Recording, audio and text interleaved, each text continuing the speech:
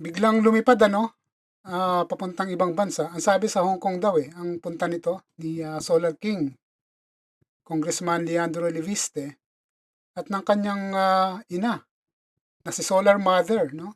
Senator Lauren Legarda. So, siguro, they just want to buy time, no? Kasi nga naman, alam nyo, sa mainstream media, ang threshold, no, ng pagiging mainit ng balita ay 3 hanggang 4 na araw. Ha? Pero pwedeng humigit pa dyan o lumagpas pa dyan pagka nandito yung presence mo, no, sa Pilipinas. Kasi syempre, hindi ka titigilan ng mga yan no? Kukulitin ka to at least mag-respond doon sa allegation against you. So ganon. At alam naman natin, no, etong si Lauren Legarda, batikang broadcaster yan So alam niya yung galaw, no? At alam niya yung mga ganitong sistema diyan sa mainstream media. So ngayon, tingnan niyo, 'di ba? Medyo hindi na sila masyadong pinag-uusapan, no? Sa ngayon, pasundot-sundot na lang. Especially kapag ini-interview, no, yung si NBA Director Matibag.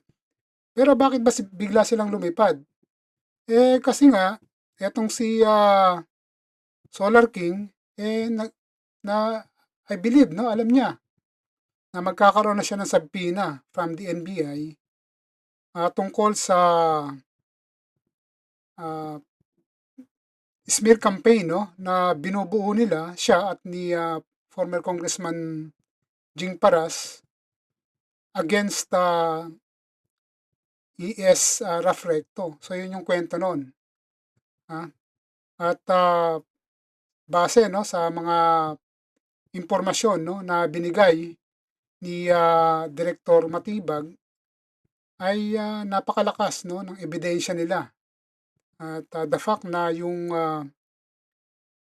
talent manager, no, na hinire ng grupo nito, kasama na diyan si sabi nila, no, si Leviste at si Paras at iba pang mga abogado ay kumanta na, no, at yun nga tinuturo na sila yung mga nasa likod, no, ng balak nilang smear campaign against Executive Secretary Recto. So yon. Kaya siguro inunahan niya, no, itong paglabas ng sabpina kasi ang sabpina lumabas Lunes So Sabado pa lang umalis na sila papuntang Hong Kong. Though hindi sila magkasabay ng ni Solar Mother niya ay the same, no? Umalis pa rin sila ng bansa. So bakit uh, umalis din, no, si Solar Mother?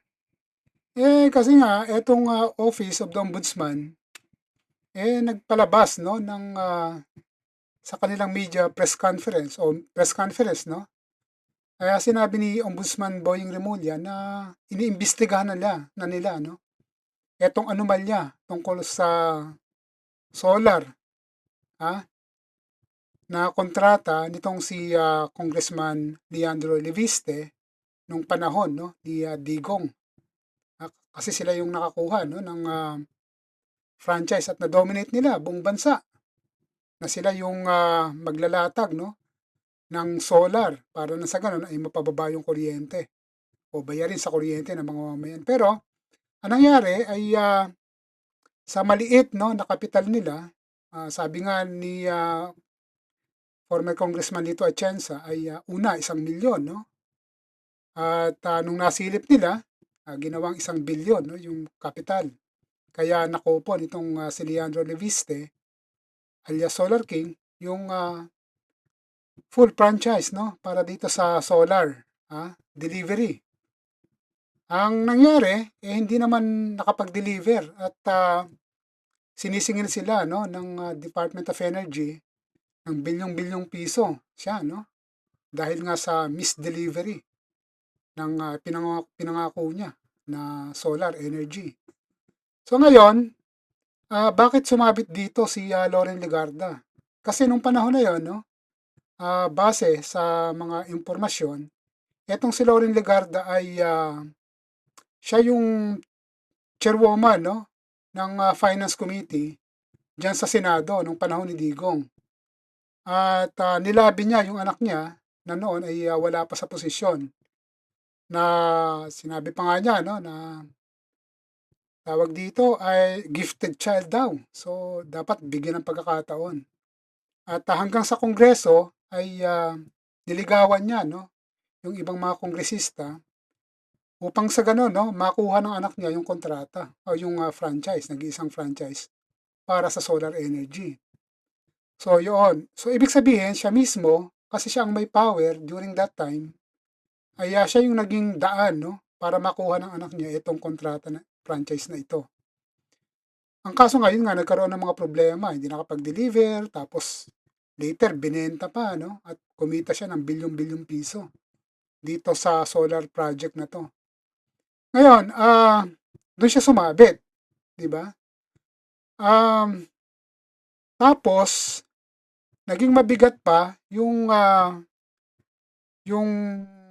pagsabit niya na ito dahil, si former Congressman Lito Atienza ay, inexpose siya.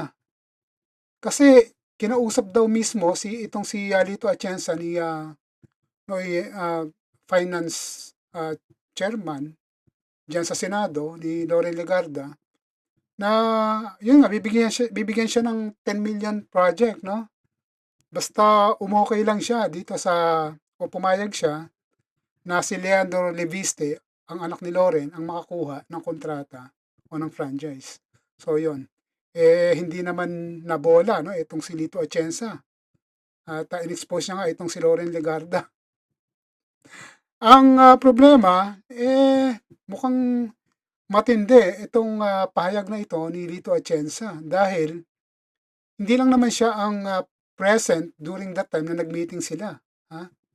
Meron siyang kasama na isang, governor dati 'no, na siya yung, naging tulay para makapag-usap sila ni Lito Atienza, 'yan si Lauren Legarda. Kaya, itong si Solar King at saka si Solar Mother, medyo tagilid itong mga ito, eh.